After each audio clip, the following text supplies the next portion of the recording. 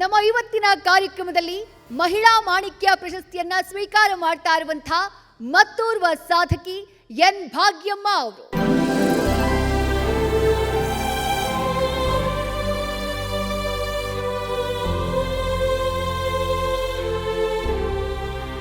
ನಗರ ಪ್ರದೇಶದ ವಿದ್ಯಾರ್ಥಿಗಳ ಜೊತೆ ಗ್ರಾಮೀಣ ಭಾಗದ ವಿದ್ಯಾರ್ಥಿಗಳು ಪೈಪೋಟಿ ನೀಡುವಂತೆ ಆಗಬೇಕು.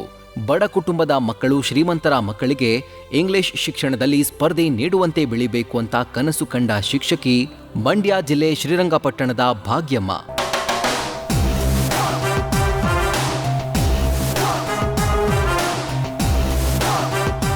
ಇದೀಗ ತನ್ನದೇ ಆದ ಶ್ರೀರಂಗ ಎಜುಕೇಷನ್ ಟ್ರಸ್ಟ್ನ ಸ್ಥಾಪಿಸಿ ಅಕ್ಷರಶಃ ತಮ್ಮ ಕನಸನ್ನ ನನಸು ಮಾಡಿಕೊಳ್ತಿದ್ದಾರೆ. ಟ್ರಸ್ಟ್ನ ಕಾರ್ಯದರ್ಶಿ, ಶಿಕ್ಷಕಿಯಾಗಿ ಇಂದಿಗೂ ಭಾಗ್ಯಮ್ಮ ವಿದ್ಯಾರ್ಥಿಗಳ ಪಾಲಿಗೆ ಆದರ್ಶ ಶಿಕ್ಷಕಿಯಾಗಿದ್ದಾರೆ.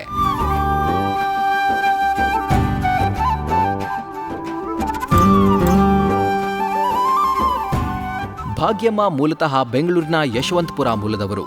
ಬಿಎಸ್ಸಿ ಪದವೀಧರೆಯಾದ ಭಾಗ್ಯಮ್ಮ 1986ರಲ್ಲಿ ಶಿಕ್ಷಕ ವೃತ್ತಿ ಆರಂಭಿಸಿದ್ರು. ಬೆಂಗಳೂರಿನ ಗುರುಕುಲ ಶಿಕ್ಷಣ ಸಂಸ್ಥೆಯಲ್ಲಿ 4 ವರ್ಷ ಶಿಕ್ಷಕಿಯಾಗಿ ಸೇವೆ ಸಲ್ಲಿಸಿದ್ರು. ಬಳಿಕ ಶ್ರೀಕಂಠ ಎಂಬುವರೊಂದಿಗೆ ವಿವಾಹವಾದ ಭಾಗ್ಯಮ್ಮ ಅವರು ಶ್ರೀರಂಗಪಟ್ಟಣಕ್ಕೆ ಶಿಫ್ಟ್ ಆಗ್ತಾರೆ. 1990ರಿಂದ 2005ರವರೆಗೂ ಖಾಸಗಿ ಶಾಲೆಯಲ್ಲಿ ಶಿಕ್ಷಕಿಯಾಗಿ, ಮುಖ್ಯ ಶಿಕ್ಷಕಿಯಾಗಿ ಕರ್ತವ್ಯ ನಿರ್ವಹಿಸುತ್ತಾರೆ. ಆದರೆ ಗ್ರಾಮೀಣ ಭಾಗದ ಮಕ್ಕಳಿಗೆ ಉತ್ತಮ ಶಿಕ್ಷಣ ನೀಡುವಂತೆ ಆಗಬೇಕು, ಆ ಮಕ್ಕಳು ನಗರ ಪ್ರದೇಶದ ಮಕ್ಕಳಿಗೆ ಪೈಪೋಟಿ ನೀಡುವಂತೆ ಆಗಬೇಕು ಅನ್ನೋದು ಭಾಗ್ಯಮ್ಮ ಕನಸಾಗಿತ್ತು. ಹೀಗಾಗಿಯೇ ಪತಿ ಮತ್ತು ಅವರ 5 ಸ್ನೇಹಿತರೊಡನೆ ಸೇರಿ ಶ್ರೀರಂಗ ಎಜುಕೇಷನ್ ಟ್ರಸ್ಟ್ ರಚನೆ ಮಾಡ್ತಾರೆ. ನ್ಯೂ ಆಕ್ಸ್ಫರ್ಡ್ ಶಾಲೆಯನ್ನ ಪ್ರಾರಂಭಿಸ್ತಾರೆ.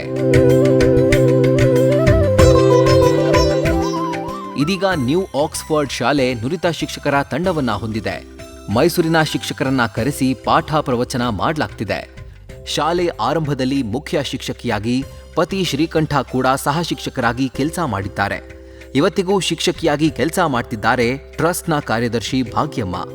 ಪ್ರಾರಂಭದಲ್ಲಿ 28 ಮಕ್ಕಳಿಗೆ ಟ್ಯೂಷನ್ ಮಾಡ್ತಿದ್ದ ಶಿಕ್ಷಕಿ ಅದೇ ಟ್ಯೂಷನ್ ಕೊಠಡಿಯಲ್ಲಿಯೇ ಶಾಲೆ ಆರಂಭಿಸಿದ್ರು.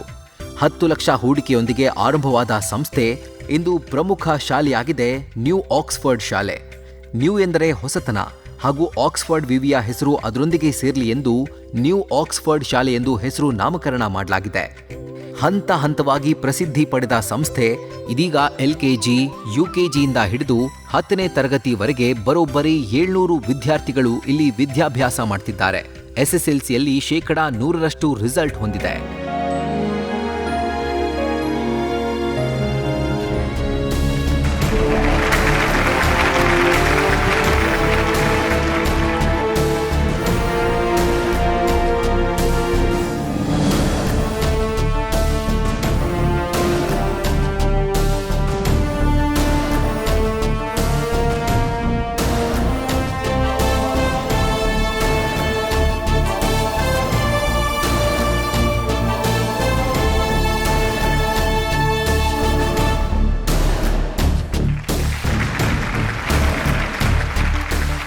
I wholeheartedly thank News First for having collectively called achievers from different fields and honored today.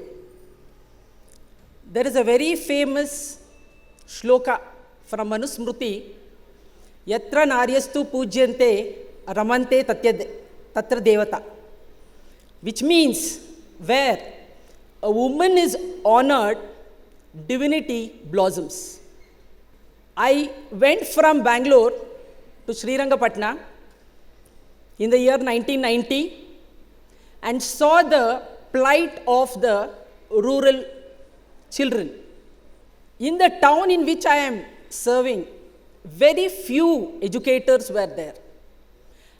And those few educators were committing lots of blunders while teaching the children. So I decided to give error-free education to the rural population, and I am successful in this regard.